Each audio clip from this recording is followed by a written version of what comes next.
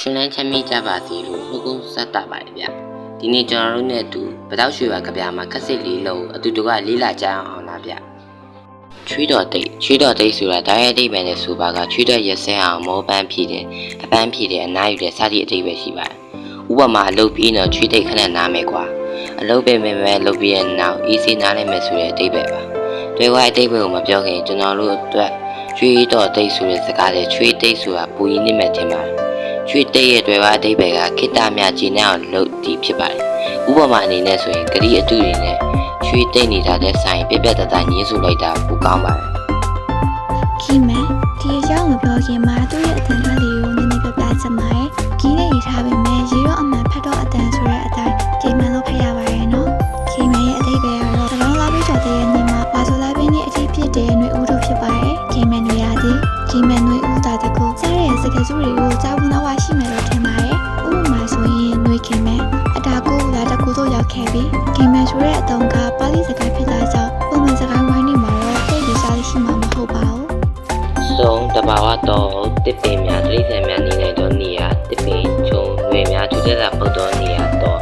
ဥပမာကျွန်တော်တို့ဒီတောတဲ့သူလေးလာခီထွက်ကြသည်နောက်တဲ့ဥပမာတစ်ခုကလည်းကျွန်တော်တို့ဒီလေးလာခီထွက်တော့ကတောထဲမှာလိတာပေါက်သောပန်းတွေအပင်တွေရေတကွန်းတောင်တန်းကြီးတွေတီငှက်တွေစတဲ့တိရစ္ဆာန်အစုံတွေ့ခဲ့ရတယ်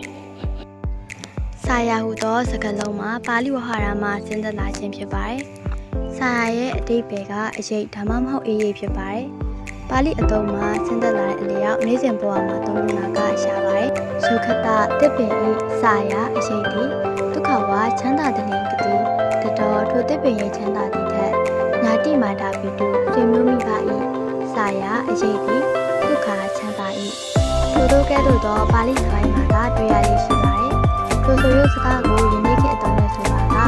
တည့်ရဝါရဲ့ထက်ဆွေမျိုးကပိုရည်ဖြစ်ပါတယ်။ဆရာယဉ်ကျေးတယ်လို့ခံရရမလား။ဆရာဆိုတဲ့စကားကဆရာဆိုတဲ့ပါဠိစကားလုံးမှာသင်တက်လာတာဖြစ်ပါတယ်။ကလေးတွေအတွက်အေးမြတဲ့အရေးဖြစ်စေတဲ့ဆရာဆိုတဲ့ဆရာကိုပြောကြတယ်လို့တကယ်များနားကိုစီရင်အေးမြသောအရေးကိုသိတဲ့အတွက်ကြောင့်ဆရာခေါ်တည်လို့လည်းဒီလိုယူဆကြပါသေးတယ်။ကျွန်တော်တို့လေးလာရှာပြီးသိရှိကြတာပြန်လည်မျှဝေပေးထားတာမို့အမားတကောင်တရားပါရှိခဲ့တာက